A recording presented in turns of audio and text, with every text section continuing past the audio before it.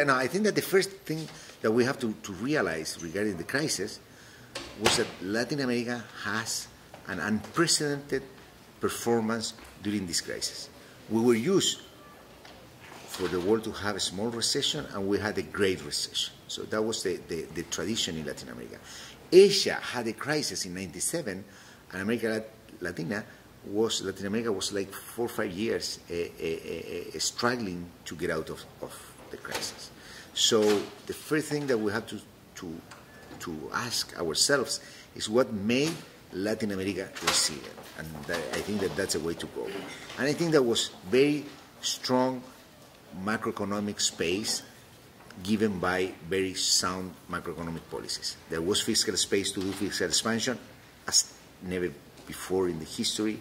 There was monetary expansion, flexible exchange rates were key for this. On top of that, we had a well-regulated financial market. We know that unfettered financial markets are dangerous. They were cause of many crises that we had in the past. And so we have been very careful and cautious in terms of regulation. I think that has been good. We had very strong financial system. And at the same time, we did self-insurance. We had a lot of reserves that we use to prevent excessive appreciation, but also to insure ourselves against external shocks. So the economic position for the region was very strong. And on top of that, we had some good luck. And the good luck came from very high terms of trade. So having said that, we need also to be prepared and for our economies and to cooperate in order to be better prepared for perhaps another crisis in the future that may hit a particularly strong emerging markets.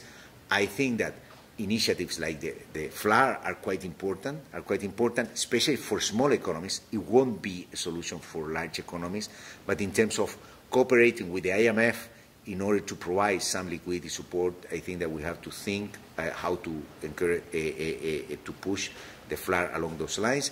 But we have to be very clear also that we have to do some governance reforms and how we implement a stronger, rapid FLAR in terms of activities.